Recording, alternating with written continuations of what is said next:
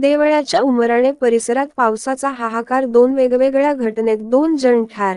कांद्याचे शेडचे पत्रे उडून लाखो रुपयांचा कांदा भिजला. झाडे उन्मळून पडली. विजेचे खांब कोसळले. देवळाच्या उमराणे व तिसगाव परिसरात वादळी वाऱ्यासह मुसळधार पावसाने अक्षरशः हाहाकार घातला.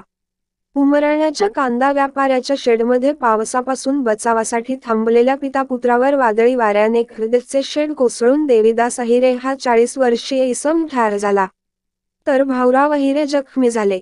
दुसऱ्या एका घटनेत तिसगावच्या इंदिरानगर परिसरात वीज कोसळून आकाश देवरे हा 20 वर्षीय तरुण मृत्युमुखी पडला व एक बैलही ठार झाला.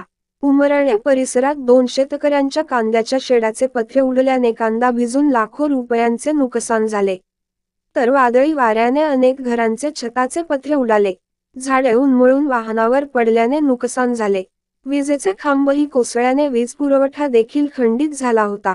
प्रशासनाकडून नुकसानीचा पंचनामा करण्यात येत आहे. आवाज जनतेचा न्यूज, उमराणे.